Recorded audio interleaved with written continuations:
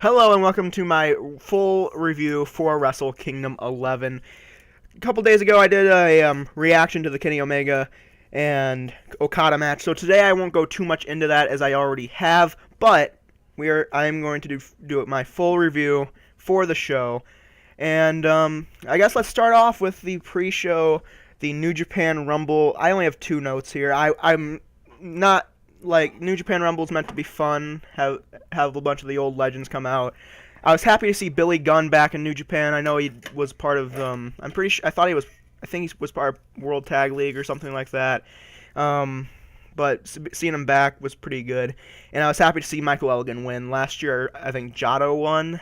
So I was happy to see Elgin win.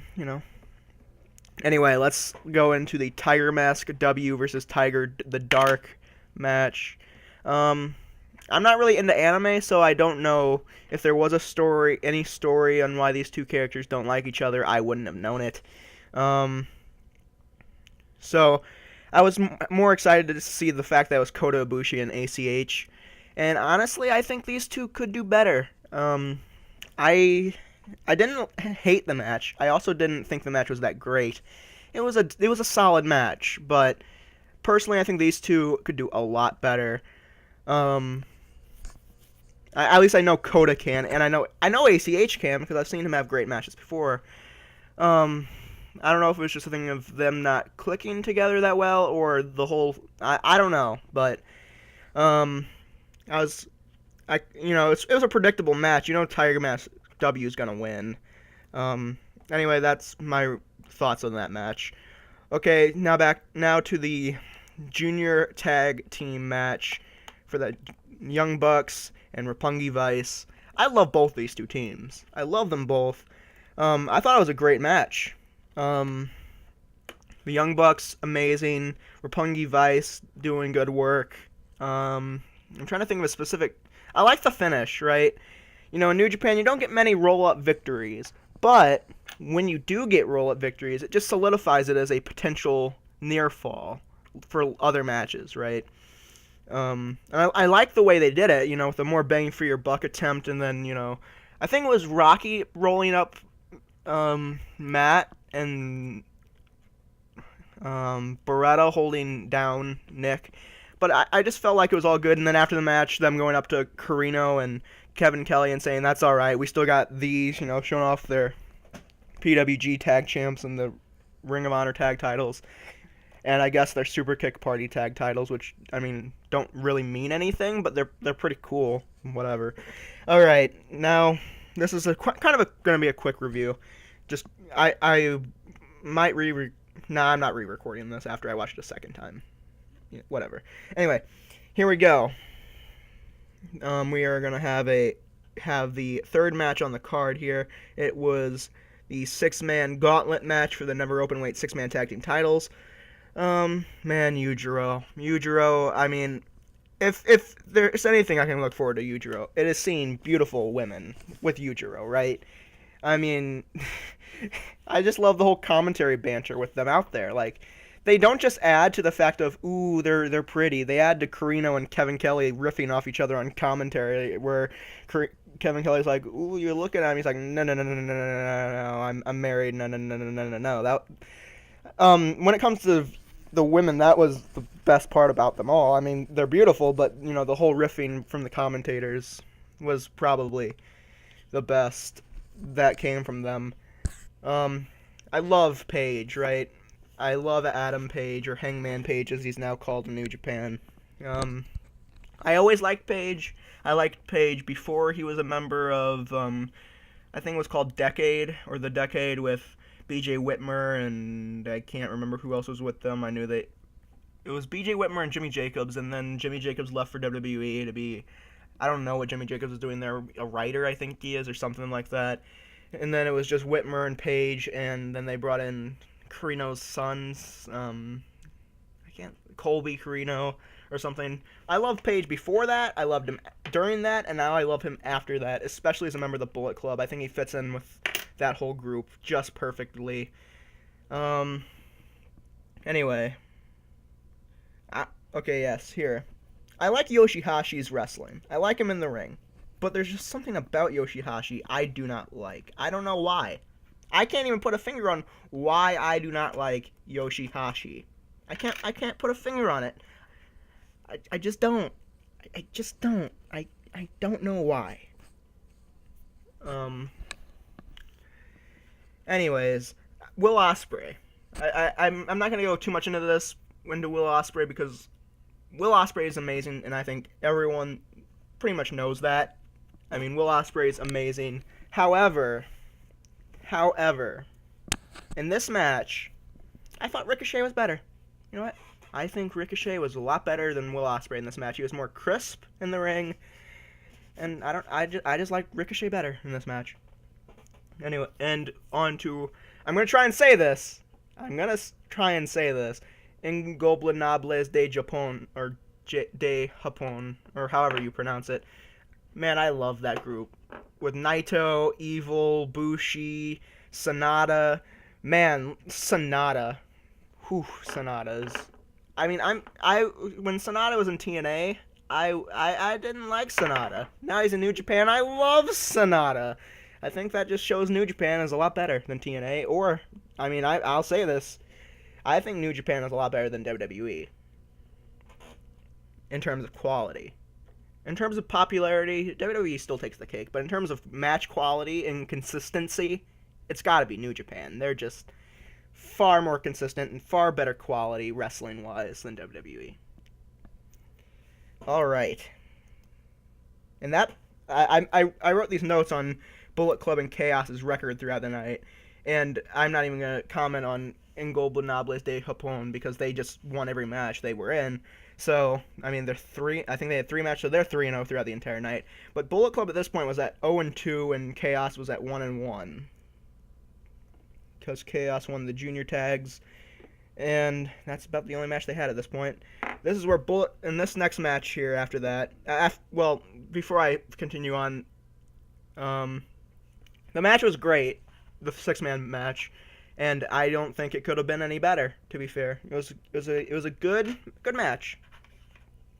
I still liked Roppongi Vice and Young Bucks better than this one, but it came close. Throughout the night, I wrote down what was my match of the night currently. I mean, I knew Omega and Okada was going to be the match of the night. I mean, I didn't know, but I predicted it would be. And it was. But just throughout the night, I wrote down what match was my current match of the night going forward. And after that match, it still was Young Bucks and Roppongi Vice. And going into the next match, I'm just going to call him Cody Rhodes versus Juice Robinson. Man, I'm happy for Cody. I'm happy that Cody was able to get out of WWE and he's able to do what he loves outside of WWE and be successful at it. I have all the respect for Cody Rhodes in the sense that he had a guaranteed contract. He had guaranteed money. He left that. He bet on himself, and I can't say anything bad about someone that's willing to pass up something that's sure and bet on themselves, because I can't say I would do the same thing. I mean, I might do the same thing, but I can't say I would one way or another, because he was probably making a lot of money just to put on he was still wrestling. I mean, he loves wrestling, so I'm sure once he got in that ring, he wasn't unhappy with his wrestling, but, for me, if putting myself in those shoes, I think I would have stayed, because I'm not as strong as a person to bet on myself like Cody is, right? Cody is has balls and guts to bet on himself. He goes out, he does, and he completely succeeds outside of WWE. This match, I liked the match. It wasn't my favorite match of the night. It wasn't a bad match. It was a good match. It was a good, solid match. Good psychology based on the leg attacks from Cody and Juice. I thought it was it, legit, whenever he put on that, when Cody put the submission move on. I thought that was it, and I was surprised Juice got to the ropes. I thought that was it. But Juice really impressed me. I haven't seen a Juice Robinson match since he was CJ Parker. And the only CJ Parker match that I would say that I remember is the match he had with Kevin Owens, and that's only because it was Kevin Owens' first match. And I thought he did good in that match, but I was really impressed by Juice Robinson in this match. Really impressed. All right.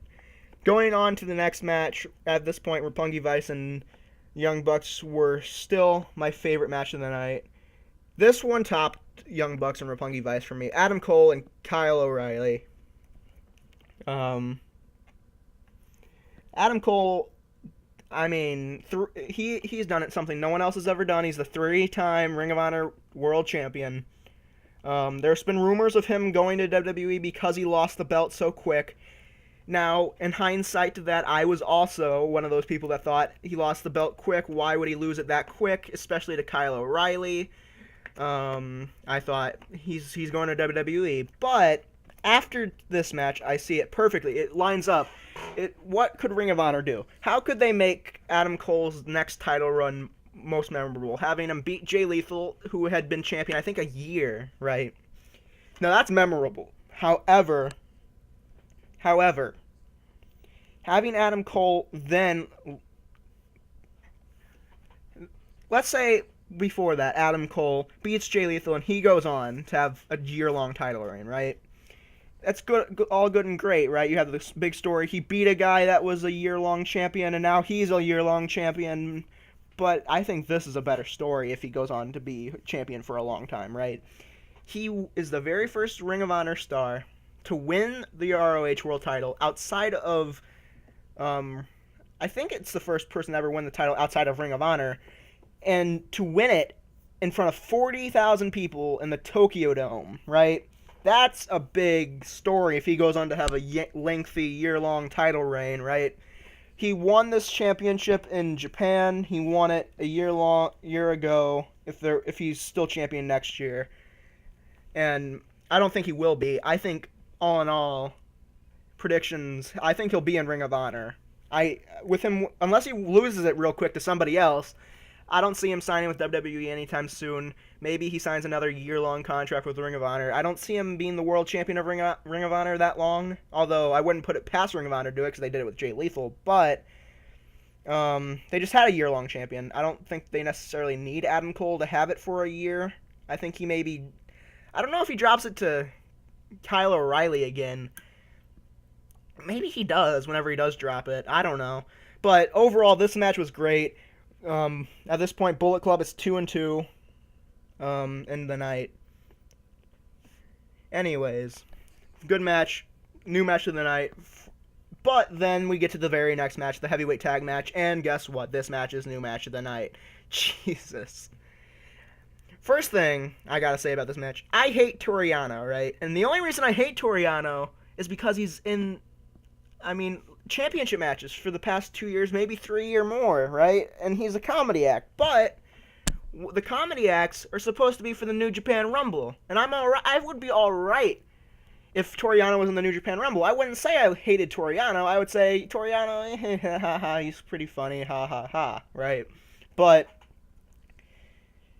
Toriano in a world tag match versus the Guerrillas of Destiny and Great Bash Heel, right?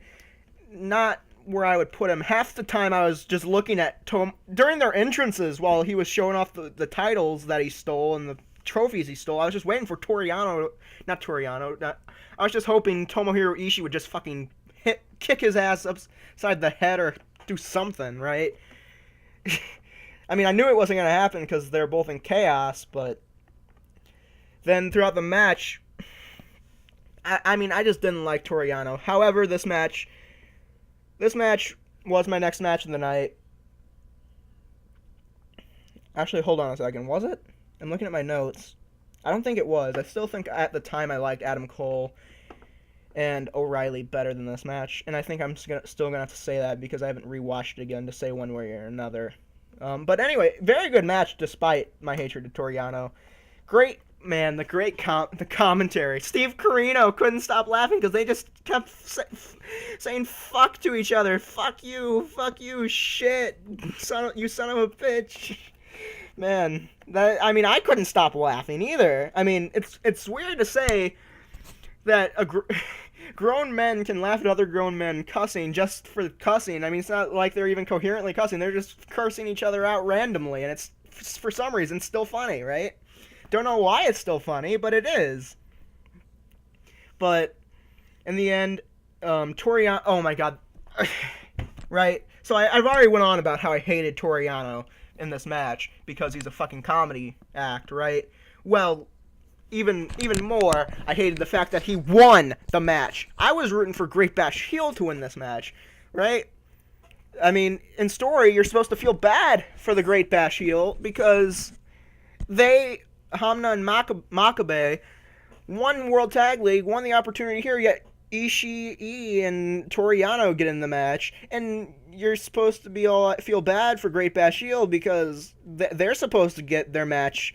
This is supposed to be a one-on-one match. This isn't supposed to be a triple threat match, and then they still lose.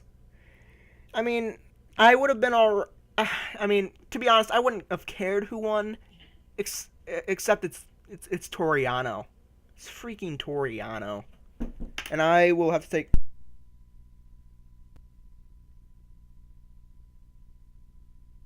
Alright, so, now we got the next match, Kushida, and I can't think of his first name, the other Takahashi, Hiromu Takahashi, right, former Kamatachi from Ring of Honor, and he wrestled in Mexico on Excursion. He is back in New Japan, and this was my new match of the night, and at this point, I did not know. I was getting nervous that Omega and Okada would top this match, because this match was excellent. The psychology of the match, just the way Kushida, the injury for Kushida, and then he goes after Takahashi's knee, I think it was, it was his arm. It was his left arm, and just great psychology on display in this match. Love this match. For some reason, I can't think of the finish of the match. For some reason, but great match. This was my new match of the night going forward, and I didn't know if anything could beat it. I was getting nervous for the next three matches, which brings me to Goto and Shibata. I know the history. These two used to be tag champions together. Man, this match was hard hitting. It was good technical wrestling. It was almost the new match of the night, but Kushida and Takahashi barely eked this one out. The fact is, the whole thing on commentary, Carino and Kevin Kelly constantly putting over the fact, Goto, he's always gotten to that one match, but he's just never been able to win the big one. He's never been able to win the big one, and the fans respect him. However, they boo at him because he's never won that match. They always boo him because they always expect him to lose. It's not boos of hatred, it's boos of, what's the word they use? It's boos of disappointment, and that set the groundwork for his victory so well. And I mean, I'm not going to say I cared about this match that much going in, but the great commentary work from Kevin Kelly and Steve Carino, just great. You will not get that kind of commentary on Raw, SmackDown, even NXT. You just won't get that kind of commentary. Just no matter how good. I'm going to say this, Corey Graves, Mauro Ranallo, those two. I can't think of anyone on the main roster. Maybe Tom Phillips even. I think they have the capability to tell these kind of stories on commentary. They personally have the ability to. It's just that they're so overproduced and they constantly have to promote what's coming up next. And I'm not going to say that Carino and Kevin Kelly didn't do that, because they did a couple times, maybe not in this match. I remember a couple times throughout the night where they were hyping up the rest of the night, something that came after, especially in the Tiger Mask W and Tiger the Dark match. I remember them talking about Omega and Okada, I think it was. But just the commentary of this match made me feel so much more, made me buy so much more into Goto and Shibata, kicking the hell out of each other. Well, it wasn't really kicking the hell out of each other until later. Even in the beginning of Shibata just completely destroying Goto. You know what? In hindsight, I'm going to say this match was better than Kushida and Takahashi. I will say that.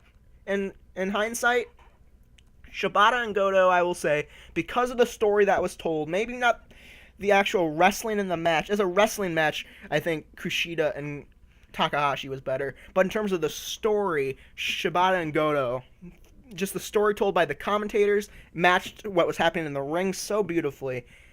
I will say overall, in terms of, maybe not overall match quality, but in terms of story quality, was way better than Kushida and Takahashi. But in terms of match quality, Takahashi and Kushida was better. All right, into the last two matches of the night, the co-main event, Naito versus Tanahashi. Now, I'm going to say this throughout the entire night. At the end, I'll go through what my prediction was throughout the entire night. My predictions were, and I'll tell you, I was wrong in a lot of these predictions. I don't know most. I think I was wrong in most of them. But I expected Tanahashi to win this match.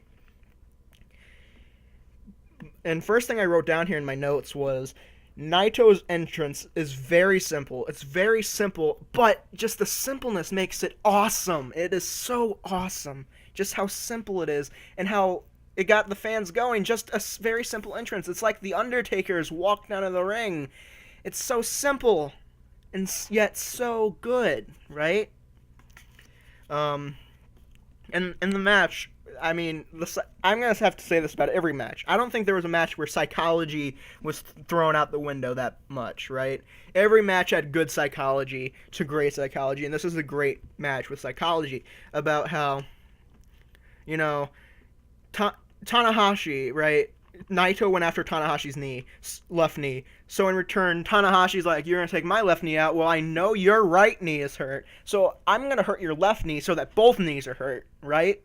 It would have been easy him going after the right knee, and Carino and Kevin Kelly were on commentary wondering why is he going after the left when the right's hurt? And I was kind of hoping they would stop that and kind of semi-realize or mention the fact Tanahashi wasn't going after the left knee not knowing the right was hurt, but in spite of it, but because of it, right? Not in spite of it, but because of it. Because he wanted both knees hurt. And it played into the match great. Whenever he went for that second high fly flow, I thought it was it. I thought that was going to be it. But then Naito got the knees up, and man, this match was great. Man, that match was great. It beat, I have it in my notes, it beat Kushida and Takahashi. It beat that in terms of quality, I felt. I don't have anything else in my notes, because towards the end of the night, I just stopped taking notes, because whenever I would go to my phone to write down something in my notes, I would just miss something, right? I would miss something, I'd hate myself, and I'd have to rewind and watch it, and I'm like, I'm done rewinding this stuff. I'm just gonna watch it and write down a couple notes after the match, right? But Naito and Tanahashi, second best match of the night. I watched Okada and Tanahashi from last year. I think it beat Tana and Okada from last year. I think Naito and Tanahashi beat last year's Okada and Tanahashi. I know some of you, probably a good bit of people, will disagree with that. Maybe, I don't know. But this was a great match. And for you that want to hear my Omega and Okada thoughts, if you're watching this match, I figure you've already probably watched that review or my reaction to that match. But if you want to hear it and you haven't heard it, go to my channel. It's in the channel. I'll probably put it in the description of this match in this video as well.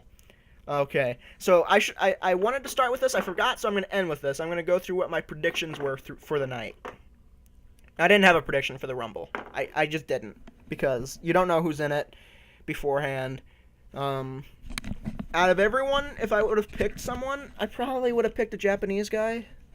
I probably would have chose...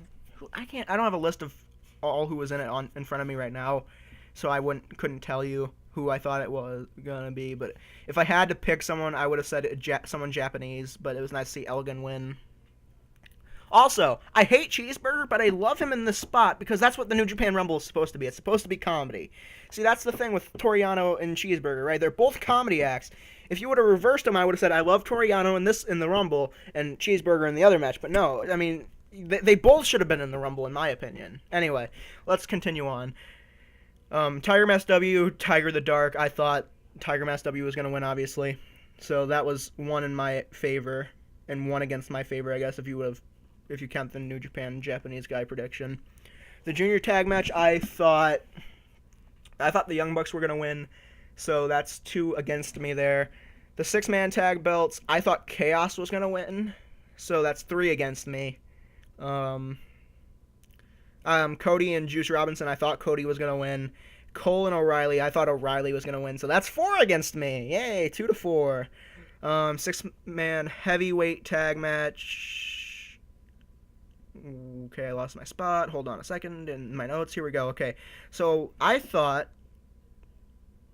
not the triple threat tag match.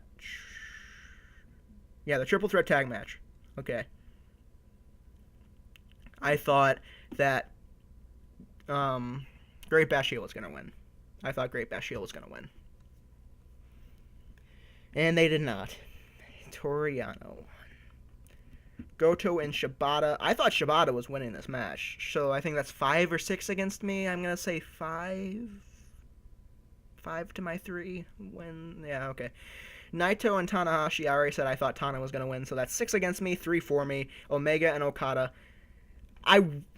Here's where I was in that match in terms of my prediction. I thought Okada was going to win, but I prayed to God Omega won. Because I wanted Omega to win so bad. But to be fair with myself, I thought Omega, if I would have said who was going to win, I probably would have said Omega in a predictions video. So I'll say, I'll keep to that. 12, I out of the 10 matches, I thought I got 3 right, 7 wrong. And that's just something WWE, I'm pretty sure if I predict every match for the Royal Rumble, I'll probably get the majority of them right? I feel like I'll probably be able to guess right, and at least over 50%. When this, I got 30% right. The predictability factor of New Japan is good, is excellent, too, right? Who walking into the Tokyo Dome, who thought that every championship would change hands except for 2? Every title changed hands except for 2. Except for the Intercontinental and the World title. World Heavyweight title. Who else? Who would have predicted that? I mean, come on. Who would have predicted that? I think I predicted every title changing hands except for the never open weight. Actually, let me go over this.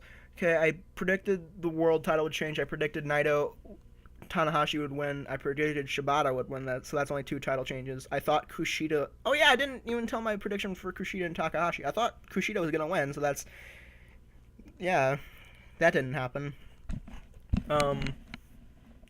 I thought the World Tag titles would change hands, so that's 3. I didn't think the ROH World title would change hands. I thought the 6-man tag titles would change hands. And I didn't think the junior tag titles would change hands. So I only thought 4 titles were going away from someone, right? And when it comes out, it was more than 4. Goto won. Takahashi won. Naito didn't win. No, not Naito. Yeah, so, I mean, who would have predicted every title except for 2 would change hands? Really? It's amazing. But thanks so much for watching this video. If you liked it, leave a like, leave a comment, subscribe. Thanks so much again. I will see you guys next time.